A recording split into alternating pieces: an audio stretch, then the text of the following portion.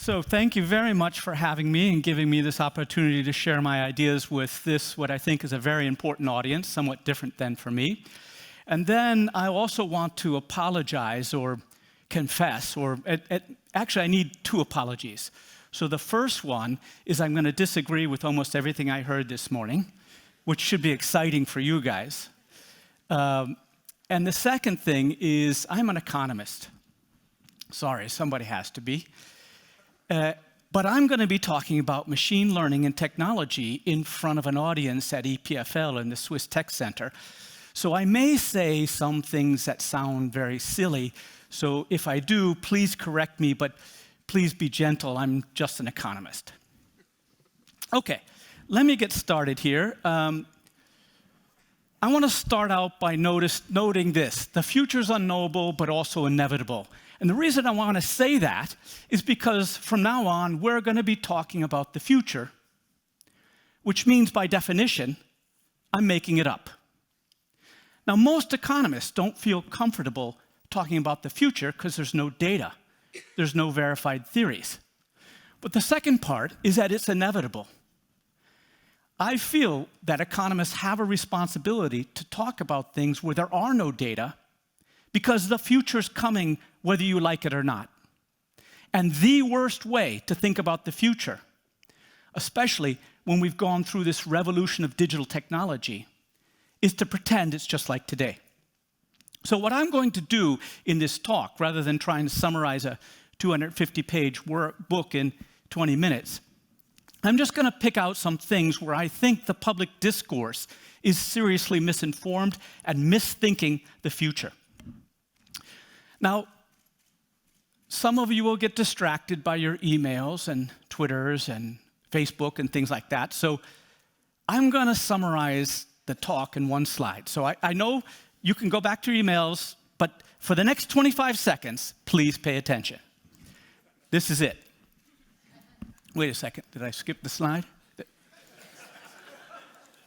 I cut it out. Okay, well, still pay attention. I can do this without PowerPoint.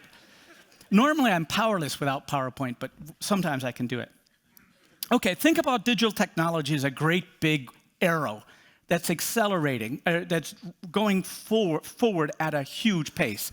And I'm talking about increments, not just growth rates.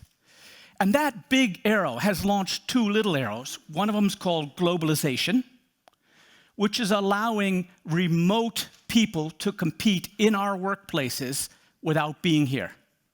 International telecommuting. So it's globalization of the service sector. And at the same time, the same technology is launching automation of service sector jobs. Not steel-collar robots that you saw pictures of this morning, but software robots, robotic process automation, virtual assistants, AI platforms. All the large companies have these platforms that are automating service sector jobs, and there's no data on it, so you didn't hear about it this morning.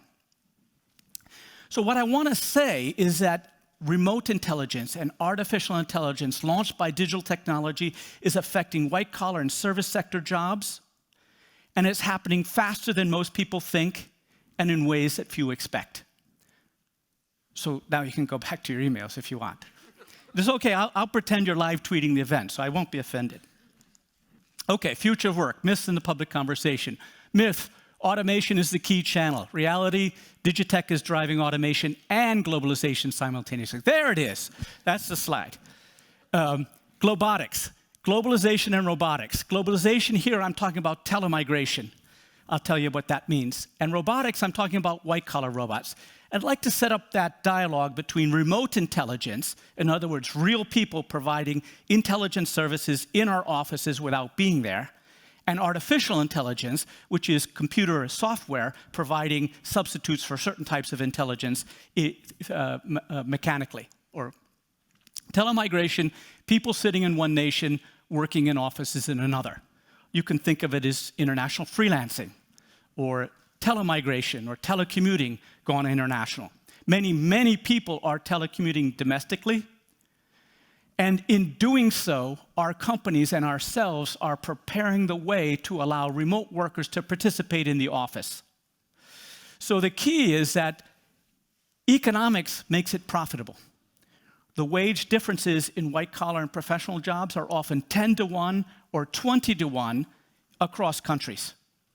And up till now, no arbitrage has happened in that because of the technical difficulties of working with remote people. And digital technology, through communication, through collaborative software, through machine translation, is tearing down those technical barriers at a furious pace. In essence, it's making remote people less remote. And it won't be for everything, but many services where we now believe you have to be in the office are increasingly provided remotely. Now it's in the country, soon it will be in another country. White-collar robots. At the low end, we have robotic process automation, or RPA, and this is a relatively new form of office automation, which is like a macro. It overlays existing IT systems.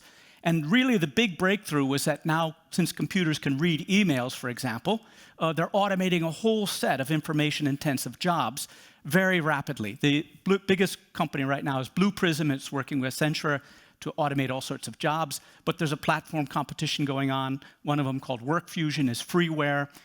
So this thing is going quickly. At the high end, we have these platforms like Amelia or Watson, Rachel, many of the big companies have them, and they're replacing a higher end type of professional job. Now again, not as we heard it this morning, this is not replacing occupations, it's replacing jobs. So the way to think about AI and machine learning, in my view, is like a tractor and a farmer.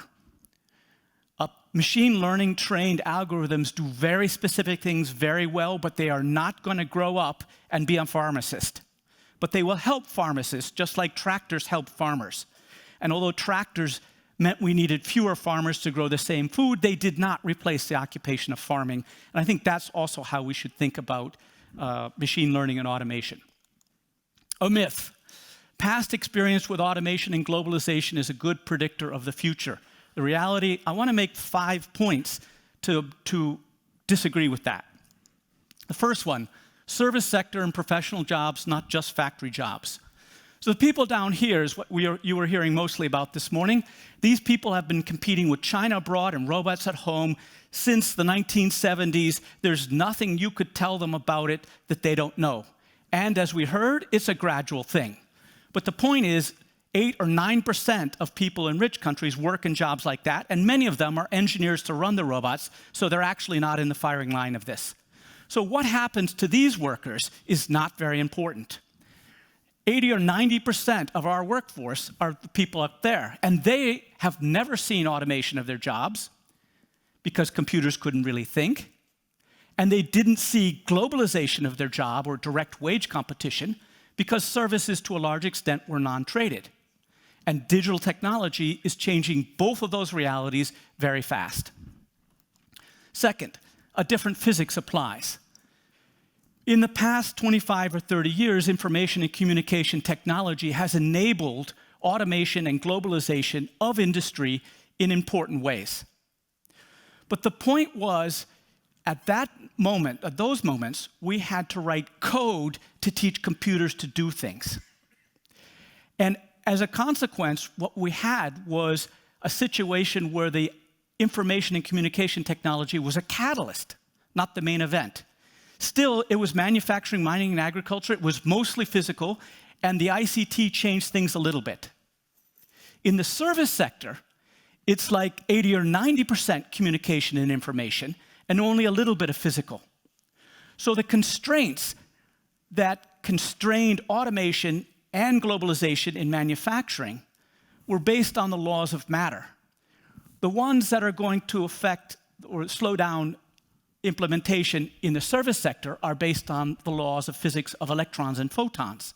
So just to make that concrete, it takes about 2 decades to double the flows of imports and exports of goods. It takes about 2 years to double the import and exports of information. So if you thinking going forward is going to look like it was backwards, you're just using the wrong physics. You're using a situation where the physics limited things to doubling every 2 decades, applying it to a situation where the physics is leaving allowing us to double it every 2 years. A different programming, coding versus thinking slow, machine learning, thinking fast. So there's a famous book called Thinking Fast, Thinking Slow, where this psychologist, Daniel Kahneman, pointed out that humans have two very different ways of thinking. Consciously, unconsciously, effortful, not effortful. There's a number of names for it. He calls it thinking slow when you know you're doing it, like doing algebra. And thinking fast is when you don't know you're doing it, like catching your balance when you're running over rough ground. Now, what really changed with machine learning is we changed the way we program computers. Before, we could not teach a computer to do something if it was a thinking fast task, because we don't know how we think fast. So we could not turn it into a sequence of logical instructions.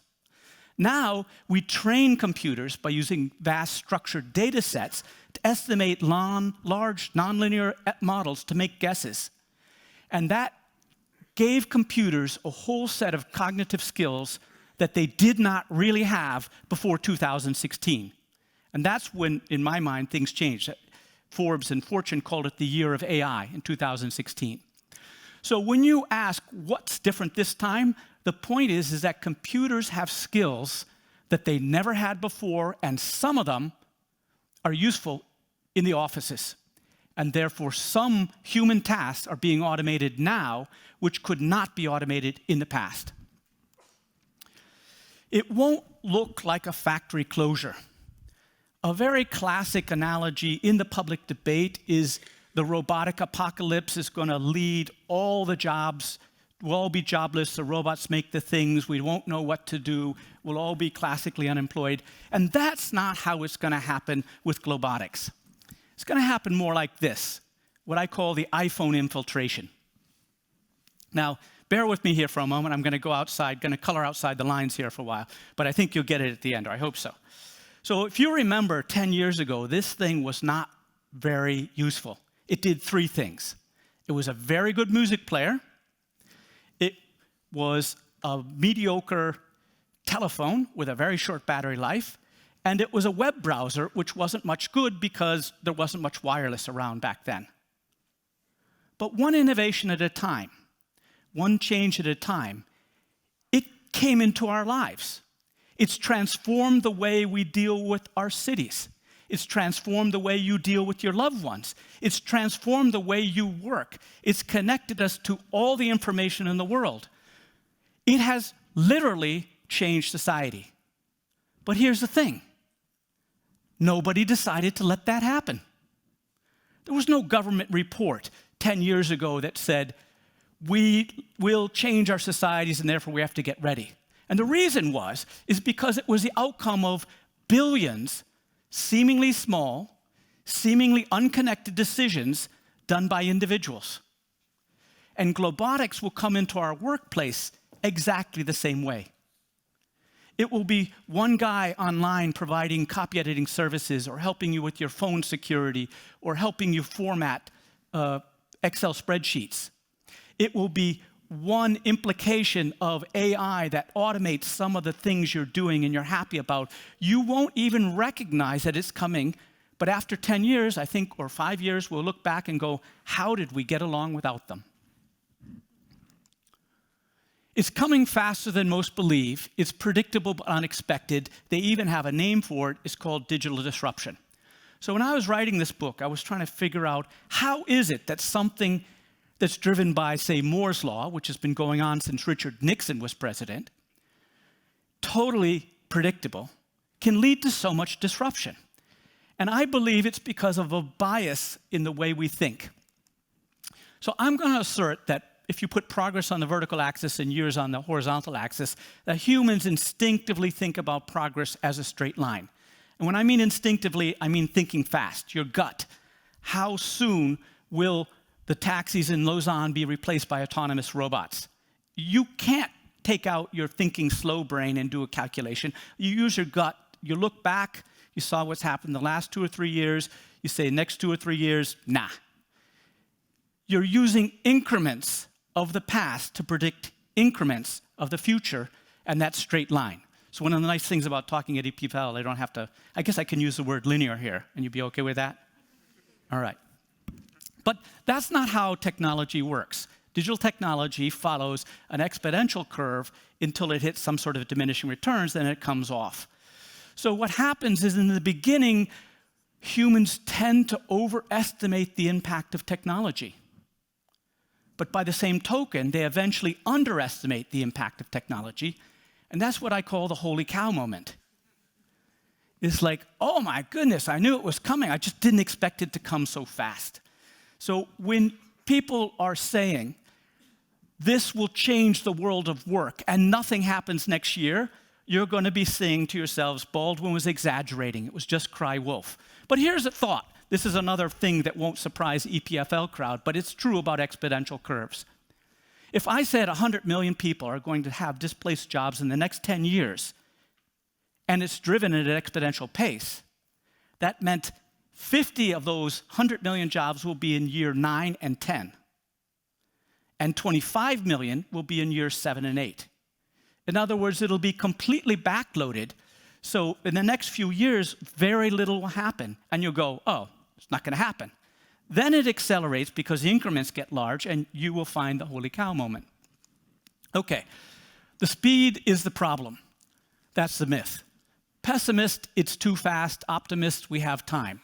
The reality is the problem of mismatched speeds. So we have at least 2 labor economists in the audience. And when labor economists think about the labor market, they think about job destruction and job creation. So in the United States, for example, about 5 million jobs are destroyed every month. And about 5 million jobs are created every month. So the question is the job creation, which is very furious, and the job destruction, which is very furious, outstrip each other? And I'm going to assert that Digitech is driving job displacement, human ingenuity is driving job creation. So in the short run, the displacement could outstrip the replacement, but eventually we'll have all the jobs we need. So why is that? Machine learning, fundamentally now, is based on large structured data sets. And it is much easier to get a large structured data set on a service task which is being done now. So all the AI geniuses are focusing on getting rich by gathering a large structured data set to automate certain service sector tasks and displace humans. Let's say to take over 10% of the check-in people at the Hilton hotels all around the world. And since they can observe what the check-in people at Hilton are doing, they can gather that data set and they can automate some aspects of it. But for the jobs of the future, we don't know, you can't get the structured data set. So that's coming more slowly with a few exceptions. Myth. We need to think about what future jobs will be. Reality, we should be using a process of elimination. So I do this fairly often, and sometimes people will say, what will be the jobs of the future? And because I can't come up with an answer, there won't be any jobs of the future. But that's just silly. When people left the farms in 1850 to go to the factories, they had no idea that they would be making electric fans because there were no electric fans when they left the farm. But they could tell what is the nature of the jobs that would be created going forward. They would be in factories. They would require you to read, follow instructions, work together in teams, and we changed our society to prepare workers for those unknown jobs. I think we ought to do the same thing for this transformation. Process of elimination. Software robots and telemigrants will do what they can because they're so cheap. We will do what they can't.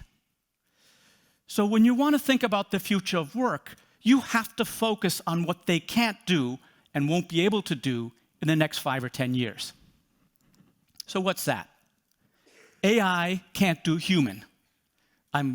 There's a chapter on that in the book, so I'm skipping through a few points here. But more or less, it can't do the most human task, at least in part because we can't gather structured data sets on the most human kinds of interactions, applying curiosity, ethics, empathy, managing large groups of people, motivating people, stuff like that is hard to gather a data set, therefore it's hard to automate.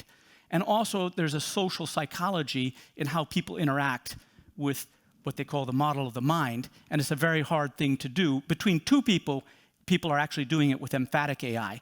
But with a group of people where I have to think about what you're thinking about, what I'm thinking about, what he's thinking about, what you're thinking about, what I'm thinking about, that's a combinatoric problem, and it's actually relatively difficult to do, so I think that won't be automated soon. Remote intelligent, the only thing they can't do, since these are talented people all over the world, they can't be in the room. So the future of work, more human, more local jobs. That's my Hollywood ending for the book. I hope you like it. Publisher said I should have a Hollywood ending. But the problem is we have to manage the transition. I think the mismatch of speed is the real problem. And in Plan A, we need to help workers retrain to move to different tasks. And I think that's actually easier than many think, because these are service sector jobs. And service sector workers have broader skill sets. And the skill demands in service jobs have more overlap than they do between, say, agriculture and industry, or between industry and the insurance industry. So the second is many of the service workers are already in cities where there are lots of service jobs. And as a consequence, I think they'll be systematically easier to redeploy, but the nature of unemployment will show up in precarity and uncertainty, not in terms of classical unemployment. Okay. So I won't do this one. I'll just end with that. Thank you very much.